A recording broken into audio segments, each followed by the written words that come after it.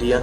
Nossa equipe vai falar um pouco sobre a desindustrialização brasileira, algumas causas da desindustrialização brasileira. A promissora na década de 80, a indústria brasileira ela sofreu um declínio e hoje ela representa um pouco mais de 10% do PIB. Ou seja, de tudo que é produzido no Brasil, um pouco mais de 10%, vamos arredondar para 10%, 10% de tudo que é produzido no Brasil, ele não é por intermédio de indústrias. Ou seja, só 10% de tudo que é produzido no Brasil é produzido por indústrias. Isso é um valor muito baixo. Um conjunto de fatores influenciou esse efeito. Pelo tamanho do Brasil e relevância, é o mais significativo caso da América Latina, de desmantelamento, a verdade é essa, de desmantelo precoce da indústria. Quem fala que está dizendo isso não sou eu, está dizendo isso foi um relatório da Conferência das Nações Unidas sobre Comércio e Desenvolvimento, a UNCTAD, divulgado recentemente. Então, esse documento mostra uma série de porcentagens, de estudos que mostram que, por exemplo, a participação das manufaturas na geração de emprego correspondia,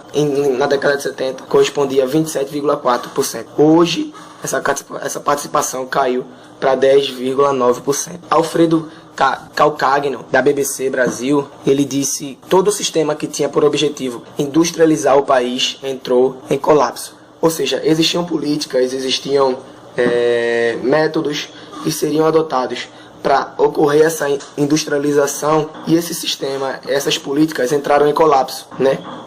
Então, o processo ele sofreu choques econômicos vividos pelo mercado nacional em 80 e em 90 ele foi seguido pelo abandono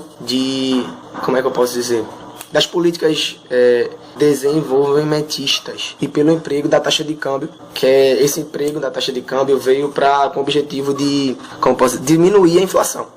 A industrialização é considerada precoce porque quando ela não consegue atingir toda a sua economia produtiva e caminhar para o setor de serviços onde tem um maior retorno financeiro, ela acaba regredindo e vai para o setor agrícola, onde acaba caindo na informalidade. A sua canalização já foi feita em 1930. A partir daquela época, o setor nacional de indústria ele já foi sendo mais desenvolvido. Mas no caso, comparado a outros países, nós podemos relatar que enquanto alguns países está crescendo tanto, alguns setores, outros estão regredindo. Um exemplo prático para nós podermos entender esse quadro é o iPhone. A produção de um iPhone, ela pode ser feita na China, no caso da montagem, todas as suas peças. Mas, por exemplo, o design do iPhone, ele foi feito na Califórnia. Isso pode se relatar de que a mão de obra especializada que nós temos na Califórnia pelo setor de serviços, ela é muito mais bem vista do que a mão de obra na China. E, portanto, nós temos essa disparidade entre setores. Então, nós podemos relatar o crescimento de um setor de serviços e o crescimento de um outro setor. Mas qual que vai dar mais retorno financeiro e economicamente falando, o que mais vai progredir em relação àquilo? Inicialmente funcionada pela substituição de importações sequencialmente estimulada por políticas desenvolvimentistas, a indústria brasileira experimentou seu auge no começo de 1980, quando chegou a responder por mais de 30% da geração de valor agregado e emprego no país, segundo números da ONU. A década, porém, além de testemunhar o auge, também registrou o começo da queda. Os anos 80 foram marcados por crise de choque na América Latina. No Brasil, se demonstraram as instituições de mecanismos que eram capazes de manter um sistema industrial competitivo. A dívida externa e a desorganização fiscal e a inflação consumiram a capacidade do Brasil de promover políticas ativas, levando à negligência da indústria. Com a abertura do mercado, as importações durante o governo de Collor no início de 1990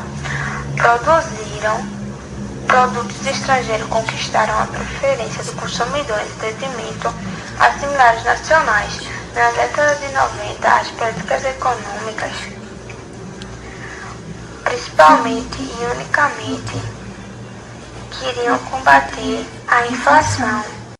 De acordo com a UNCTAD, medidas liberais exigidas pelo Banco Mundial e pelo Fundo Monetário Internacional como condições para empréstimos também tiveram impacto sobre a indústria brasileira e latino-americana. No fim da década de 1990, as exigências dessas instituições incluíam abertura do mercado, privatização, desregulamentação e livre do movimento de capitais. Tudo isso mudou a estrutura e a orientação da economia, de uma forma que foi completamente oposta ao que se tinha até então no Brasil. Uma indústria que estava crescendo rapidamente, promovida pelo BNDES e apoiada por um mercado doméstico em crescimento, todo esse sistema que objetivava industrializar o país entrou em colapso.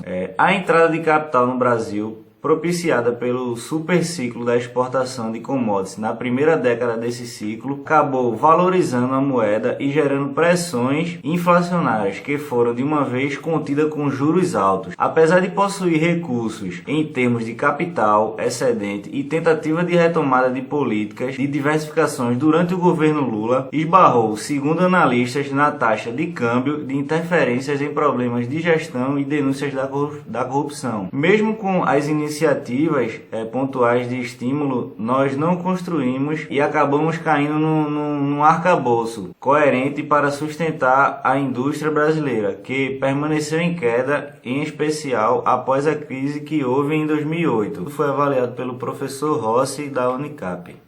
Em um cenário pós-crise de 2008, a retomada do crescimento econômico global passará pelo resgate do consumo da classe média nos países ricos.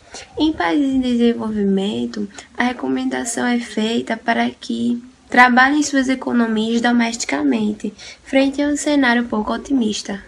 Ao Brasil, no momento em que está profundamente imerso em seus próprios problemas, a organização recomenda um apoio estatal ao estímulo industrial e o uso do capital estrangeiro, seja ele um investimento direto ou especulativo.